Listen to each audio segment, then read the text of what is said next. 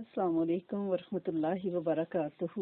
دور حاضر کے جتنے بھی مسائل ہیں ان میں سے جو ہم ذاتی طور پہ ہم لوگوں کا یہ خیال ہے کہ معاشی مسائل سب سے زیادہ بندے کو تنگ کرتے ہیں، اس میں کوئی وہ حرج نہیں ہے یہ کہنے میں، کیونکہ جب بندے کا مال نہیں ہوتا، غربت ہوتی ہے، تو اس کے ایمان کو بھی خطرہ لاحق ہو جاتا ہے، کیونکہ پھر وہ ہر حرام راستہ اپنائے گا جب وہ بھوک اور غربت کے ہاتھوں۔ لیکن یہ کوئی ایکسکیوز نہیں ہے، اللہ پاک نے کا یہ ایک نظام ہے کہ اس نے بعض لوگوں کو امارت دی ہے اور بعض کو غربت دی ہے، لیکن اگر کوئی شخص اس پہ صابر اور شاکر رہتا ہے تو اللہ کریم انشاءاللہ قیامت کے دن اس کے تھوڑے عمل پہ بھی راضی ہو جائیں گے اپنی رحمت سے کہ میرے بندے تو دنیا میں میرے تھوڑے دیے ہوئے مال پہ راضی رہا، آج میں تیرے تھوڑے عمل کو بھی قبول کرتا ہوں۔ گویا ناشکری نہیں کرنی، جو بھی حالات ہیں ان سے گزارا کرنا ہے، لیکن پھر بھی کچھ اعمال ایسے ہیں، کچھ ٹپس ایسے ہیں کہ جن پہ اگر ہم عمل کریں اور جو قرآن و سنت سے اللہ کریم صلی اللہ علیہ وسلم نے ہم تک پہنچائے ہیں نبی کریم صلی اللہ علیہ وسلم کے ذریعے سے، اور اگر ہم ان اعمال پہ عمل کریں تو کیونکہ یہ کوشچن بہت زیادہ پوچھا جا رہا ہے تو میرا خیال ہے کہ اس میں تھوڑی سی بات کر لینے میں حرج نہیں ہے کہ معاشی خوشحالی یقیناً ہمیں اللہ کے اور قرب میں لے جائے گی، کیونکہ ذہنی سکون ہوگا، آسودگی ہوگی، سجدوں میں انشاءاللہ زیادہ طول آئے گا اور عاجزی آئے گی اور اللہ سے مزید مانگنا آئے گا۔ تو اس کے لیے قرآن و سنت میں کی روشنی میں ہمیں زندگی کو کیسے گزارنا ہے اور کیا اعمال کرنے ہیں، چھوٹے چھوٹے سے اعمال جو ہماری زندگی میں معاشی لحاظ سے اتنا ہمیں معتبر بنا دیں گے کہ جس سے سکینیت بھی اترے گی، اور وہ مال جسم کا ہی نہیں روح کا مال بھی بنے گا۔ میں ہمیشہ آپ سے کہتی ہوں کہ صرف ہارڈ ویئر کے لیے نہیں مانگنا، سافٹ ویئر کے لیے مانگنا ہے۔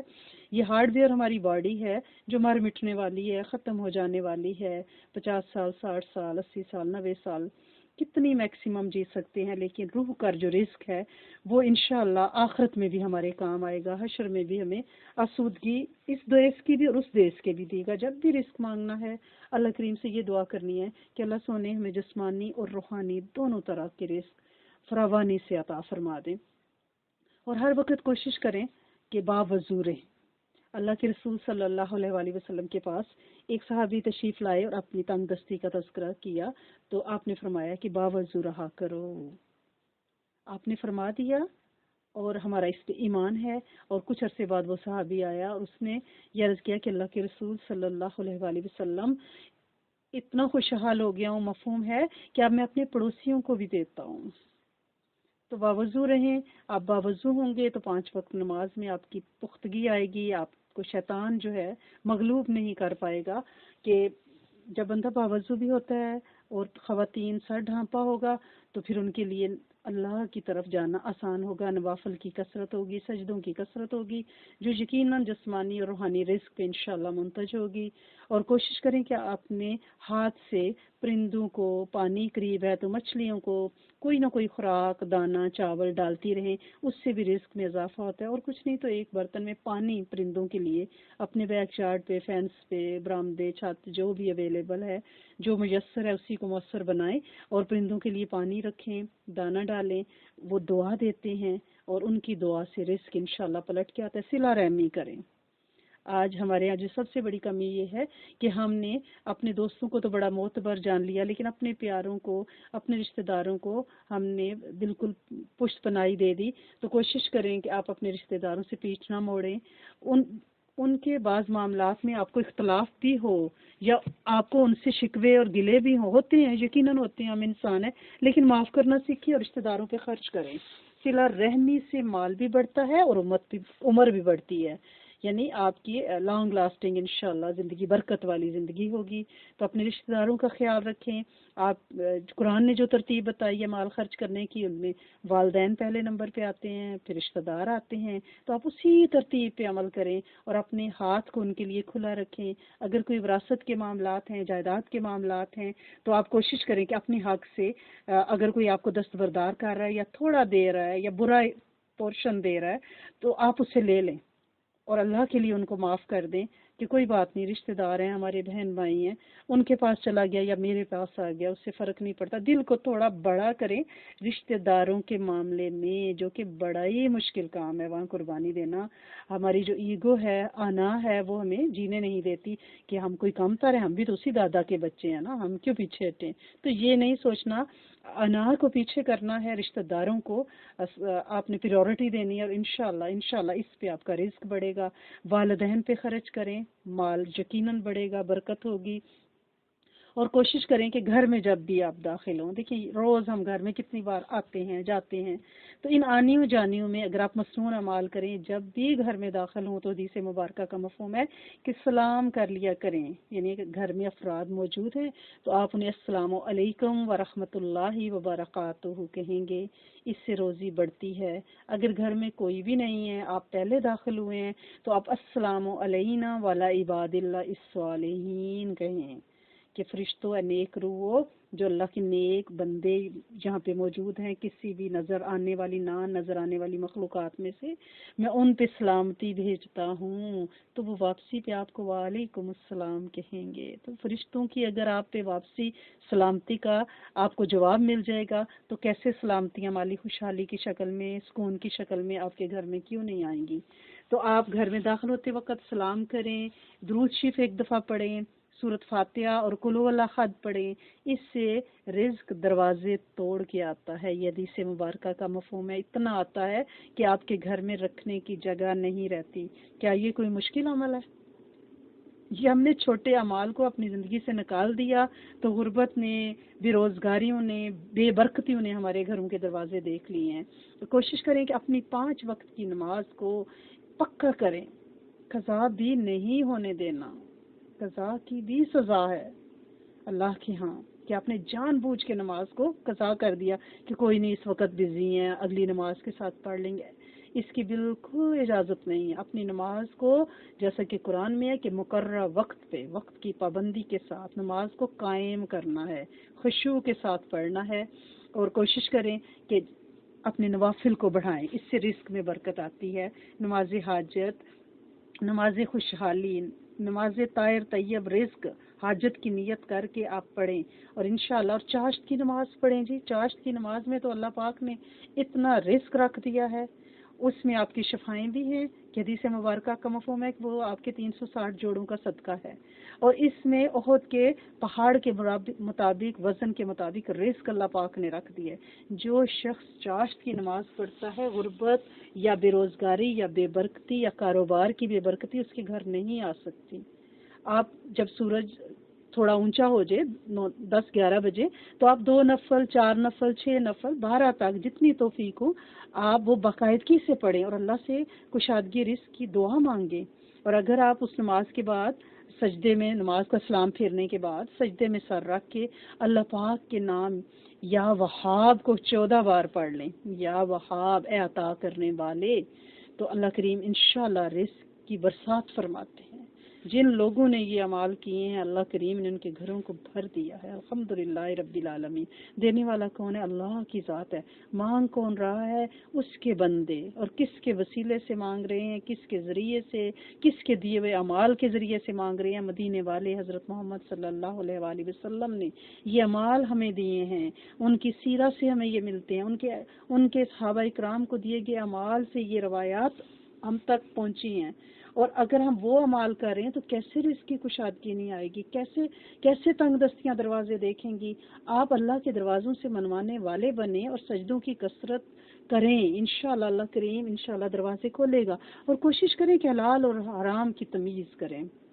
کبھی بھی ایک ذرہ بھی اپنے مال میں حرام کا شامل نہ ہونے دیں، کیونکہ وہ حرام ذرہ آپ کی طاہر طیب روزی کو بھی کھا جاتا ہے. اور حرام کہاں کہاں ظاہر ہوتا ہے؟ اولاد کی بے رویوں میں، اور یہ بیوی کی بے روی میں، شوہر کی بے روی میں، بد نظری میں بدل جاتا ہے حرام. کیونکہ حرام رزق سے جب آنکھ بنی ہے، جسم بنا ہے، وجود بنا ہے، سیلز بنے ہیں، تو وہ کیسے حلال کاریاں کر سکتے ہیں؟ اور وہ بے برکتی لے کے آتے ہیں. کوشش کریں کہ اپنے رزق کو طیب رکھیں، پھونک پھونک کے قدم رکھیں. اگر جہاں بھی کوئی شک ہے کہ یہ میرا ذریعہ رزق کا حلال نہیں ہے تو فوراً اس سے رابطہ توڑیں، وہ طریقہ چھوڑیں اور طاہر طیب رزق کی راہوں کو اختیار کریں، تو کبھی رزق کم نہیں ہوگا۔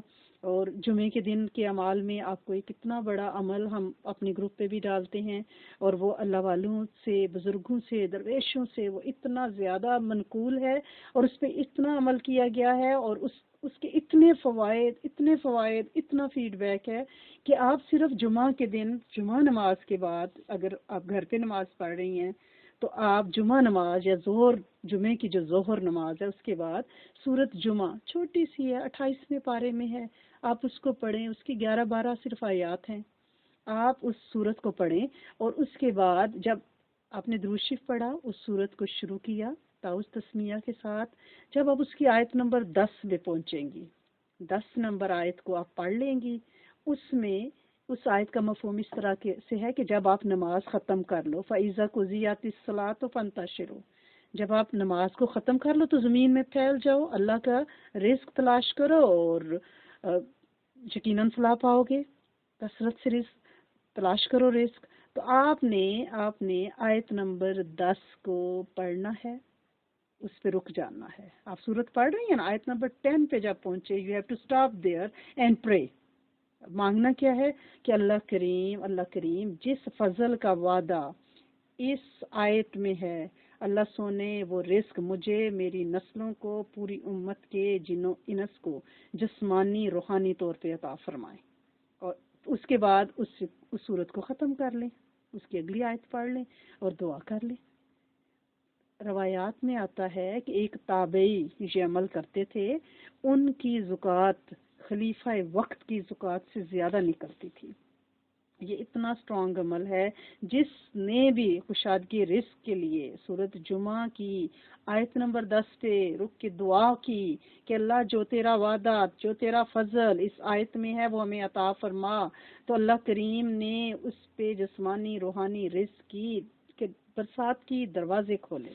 آپ اس عمل کو ہر جمعے کو پکا کریں، اس پہ پابندی سے آپ عمل کریں، اور تھوڑی سی بھی آپ کی آمدن ہے، تھوڑے سے تھوڑا بھی آپ کا معاش کا ذریعہ ہے، تو اس میں سے آپ فوراً 2.5% علیحدہ کریں، اور وہ اللہ کی راہ میں دے دیں۔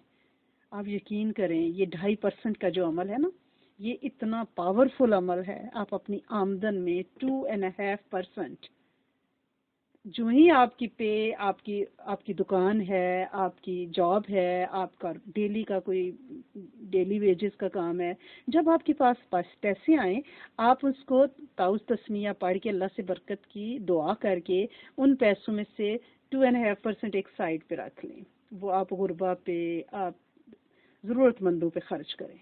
پھر دیکھیں آپ کا مال کیسے ملٹی پلائی نہیں ہوتا۔ آپ نے 2.5% اللہ کو دے دیا، اس کی راہ میں خرچ کر دیا، مال کیسے پاک نہیں ہوگا، کیسے وہ بڑھے گا نہیں، وہ انشاءاللہ اللہ کے وعدے پہ یہ کہہ رہی ہوں کہ وہ بہت بڑھے گا۔ آپ 2.5% نکالنے کی عادت تھوڑے سے تھوڑے میں سے بھی نکالیں، انشاءاللہ اللہ کریم برکت دیں گے۔ شکر کی عادت بنائیں، اللہ کا وعدہ ہے جو شکر کرے گا میں اس کی نعمتوں کو بڑھاؤں گا۔ آپ ہر حال میں اللہ کا شکر کریں، اللہ سونے تو نے تھوڑا مال دیا ہے، تھوڑا لکھ دیا ہے، کوئی بات نہیں، سے برکت والا بنا دے، میں تیرا شکر کرتی ہوں۔ مجھ سے کتنے اور لوگ ایسے ہیں جو مجھ سے کم روزی میں گزارا کر رہے ہیں، میرے پاس تو اللہ کا شکر ہے کہ تو نے مجھے 2 وقت کی روزی دی ہوئی ہے۔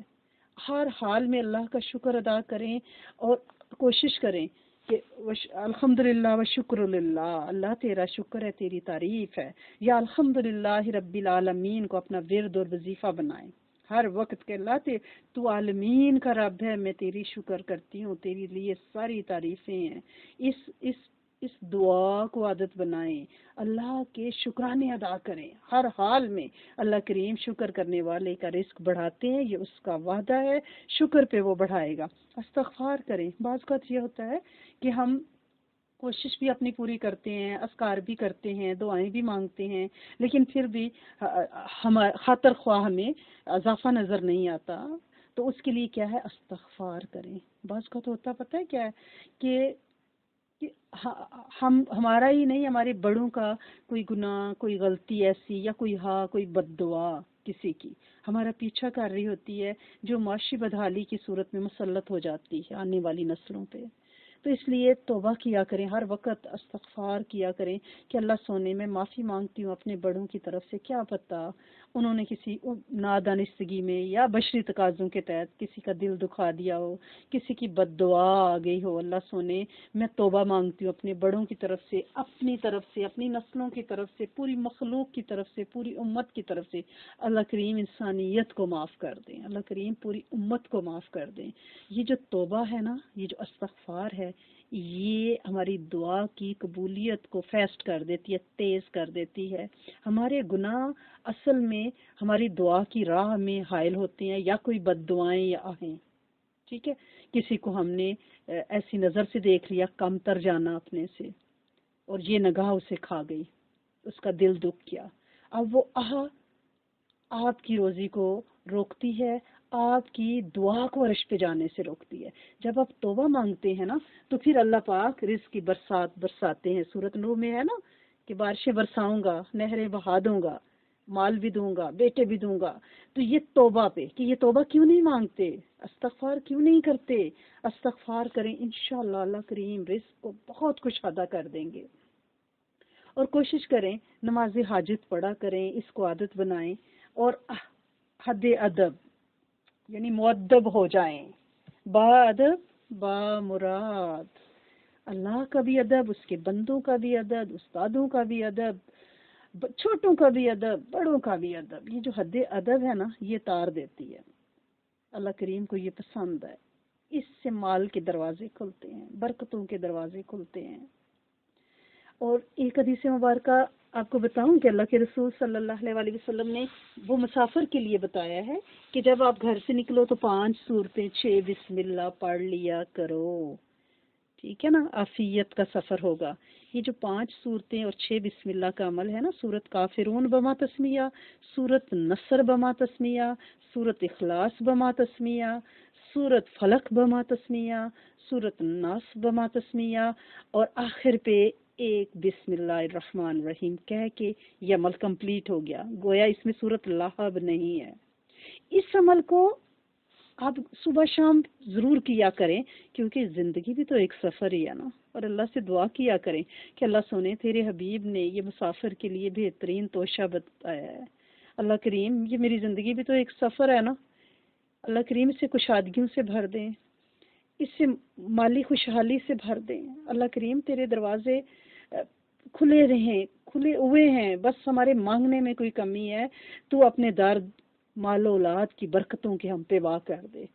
تو یہ عمل جو مسافر کا عمل ہے نا، 5 سورتیں 6 بسم اللہ کے ساتھ، اس کو آپ روزانہ صبح شام بھی کیا کریں کہ زندگی کا سفر بھی مالی خوشحالی سے ہمکنار ہو جائے انشاءاللہ۔ اور ایک اور بھی بہت اچھا عمل آپ کو بتایا ہوا ہے، بڑا فیڈ بیک ہے اس کا، قرآن کی ایک بڑی زبردست آیت ہے، سورۃ المائدہ کی آیت نمبر 114۔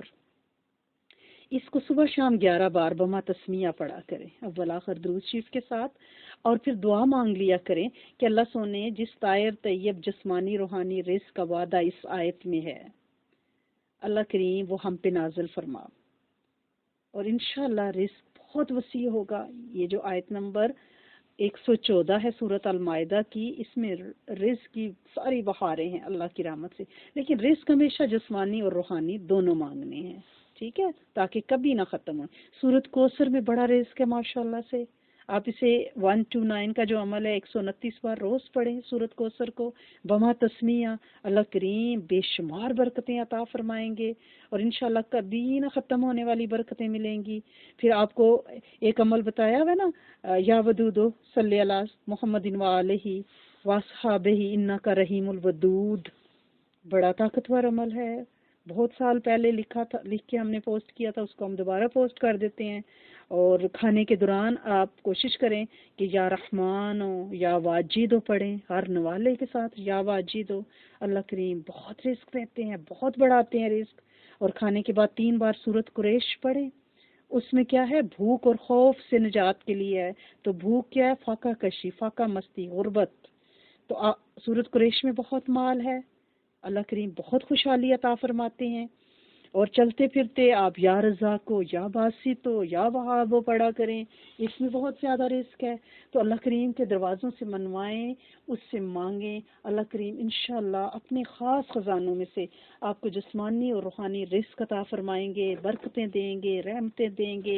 اپنی نسلوں کے لیے منوا کے جائیں، قیامت تک کی نسلوں کے لیے مانگیں، پوری امت کے لیے مانگیں، کیا پتہ انہیں اعمال نہ پتہ چلے ہوں، کیا پتہ انہیں مانگنا نہ آتا ہو، آپ ان کے لیے بھی مانگیں۔ جتنے انسانوں کے لیے آپ مانگیں گے اتنی زیادہ کثرتیں آپ تک آئیں گی۔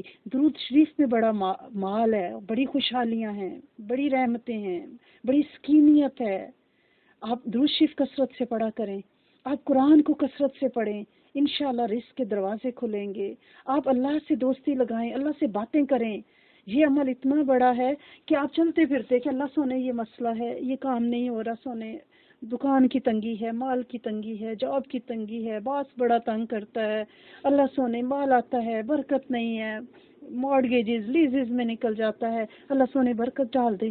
اور آپ دیکھیں، آپ اللہ سے باتیں کریں اپنی زبان میں، جو بھی آپ کی زبان ہے، آپ کی انگلش ہے، آپ فرینچ بولتی ہیں، جاپنیز ہیں، چائنیز ہیں، آپ اپنی زبان میں بات کریں اللہ کریم سے، وہ ساری زبانیں سمجھے۔ ہم اس کی مخلوق ہیں، وہ خالق ہے، وہ ہمیں جانتا ہے، پہچانتا ہے، ہماری ضرورتوں کو بھی جانتا ہے۔ آپ اس سے مانگنا سیکھ لیں، اس سے باتیں کرنا سیکھ لیں، اس سے دوستی لگا لیں۔ وہ واحد ہے، وہ تنہا ہے، اسے اچھا لگتا ہے جب اس کے بندے اس سے بات کرتے ہیں، اس سے مانگتے ہیں، اس کی منت کرتے ہیں، اس کا ترلا کرتے ہیں، وہ خزانوں کے منہ کھولتا ہے۔ آپ اس سے باتیں کرنا سیکھیں، اس سے دوستی لگائیں، بیٹھ جایا کریں جائے نماز پہ، ترلا ڈالا کریں، اس کا گفتگو کیا کریں اس سے۔ وہ 70 مائیں ہیں، ایک ماں ایک ترلے پہ اپنی بساط سے بڑھ کے دے دیتی ہے، وہ 70 مائیں کیسے نہیں دے گا، وہ کیسے خزانے نہیں کھولے گا، وہ کیسے رائے نہیں کھولے گا۔ لیکن یہ سارے اعمال کر کے بھی اگر کبھی 1% یا پوائنٹ سم تھنگ ایسا ہو جائے کہ آپ کی دعا نہ قبول ہو رہی ہو، تو پھر سمجھ لیں کہ یہ اس کا لکھا ہوا مقدر ہے، وہ میرا صبر آزما رہا ہے، میرا شکر دیکھ رہا ہے۔ پھر بھی شکر کرتے جائیں، اللہ سونے تجھے ایسے منظور ہے، میں راضی ہوں سونے، اگر میں سارے اعمال کر رہی ہوں، میں تجھے راضی کرنے کے، تجھے منانے کے سارے حربے استعمال کر رہی ہوں، میں اپنی زبان کو ذکر سے تر رکھ رہی ہوں، اپنی پیشانی کو سجدوں سے آشنا کر رہی ہوں، میں راتوں کو قیام بھی کر رہی ہوں، میں تیرے آگے جھکتی بھی ہوں، میں صلہ رحمی بھی کرتی ہوں، میں انسانوں جانوروں پڑوسیوں کے حقوق کا خیال بھی رکھتی ہوں، میں والدین پہ خرچ بھی کرتی ہوں، میں حد ادب بھی احترام بھی کرتی ہوں، میں روزے بھی کثرت سے رکھتی ہوں۔ اللہ سنے پھر بھی اگر میری روزی میں کشائش نہیں ہے تو یقیناً تو نے یہ میرا مقدر لکھا ہے، کیا پتہ میرے اعمال جنت الفردوس جوگے نہ ہوں، اس قابل نہ ہوں، تو مجھے محدود رزق دے کر اپنا زیادہ صابر شاکر بنا کر میرے درجات کو جنت الفردوس کے مطابق بنانا چاہتا ہے۔ کیونکہ حدیث مبارکہ میں ہے نا کہ جب بندہ آخرت میں جائے گا تو سونے چاندی امال کے ڈھیر اس کے نام امال میں آ جائیں گے، اتنا وزن بندہ کہے گا اللہ سونے میں نے تو یہ امال نہیں کیے، یہ کہاں سے آ گئے؟ تو اللہ کریم فرمائیں گے اے میرے بندے یہ تیری نامقبول دعائیں ہیں۔ تو حدیث مبارکہ کا مفہوم ہے اس وقت بندہ کہے گا کاش دنیا میں میرے جسم کو کینچیوں سے کاٹا جاتا، میری کوئی بھی دعا قبول نہ ہوتی، آج مجھے یہ صلہ ملتا۔ اور پھر ایک حدیث مبارکہ کا مفہوم اس طرح سے ہے کہ اللہ کریم اپنے بندے سے معذرت کریں گے جیسے بندہ بندے سے معذرت کرتا ہے کہ میرے بندے میں نے تجھے یہ تکلیفیں دی، مالی خوشحالی نہ دی، تجھے تنگی دی، تجھے صحت کے مسائل دیے، لیکن میں نے تیرے درجے بلند کرنے کے لیے ایسا کیا تھا، یہ جنت تیرے لیے تیار ہے، تو اس پہ چلا جا بے حساب، کیونکہ تو صابر تھا، شاکر تھا، میں تیرا آسان حساب لیتا ہوں، وہ کریم ہے چاہے تو حساب لے ہی نہ۔ تو اعمال کریں، مانگیں، لیکن اپنی ایمان کو اس چیز پہ مضبوط رکھیں، اپنے توکل کو بڑھائیں کہ اگر پھر بھی میرے حالات نہیں سدھریں گے لیکن رب کی رضائیں تو مجھے مل جائیں گی، اور میں نہیں تو میری نسلیں تو پل جائیں گی انشاءاللہ۔ وہ بڑا کریم قدردان رب ہے، شاکر علیم رب ہے، وہ آپ کی محنت کو ضائع نہیں کرے گا، آپ کے خلوص کو ضائع نہیں کرے گا، آپ کے اخلاص کو قبول فرمائے گا، اور انشاءاللہ قیامت تک کی نسلیں رنگا رنگ ہو جائیں گی، ہری بھری ہو جائیں گی، شاد آباد ہو جائیں گی، اور انشاءاللہ ان کی مشکلوں کے پتھر راستوں سے ہٹ جائیں گے۔ آپ نے اعمال کرنے ہیں، مانگنا ہے لیکن توکل کو ہاتھ سے نہیں جانے دینا۔ اللہ کریم آپ لوگوں کا حامی و ناصر ہو، آپ کو مال اولاد کی برکتیں دیں، آپ کو عافیتیں دے، آپ کو انشاءاللہ انشاءاللہ انشاءاللہ سارے مسائل سے عافیت کے ساتھ احسن طریقے سے نجات عطا فرمائیں۔ السلام علیکم ورحمۃ اللہ وبرکاتہ۔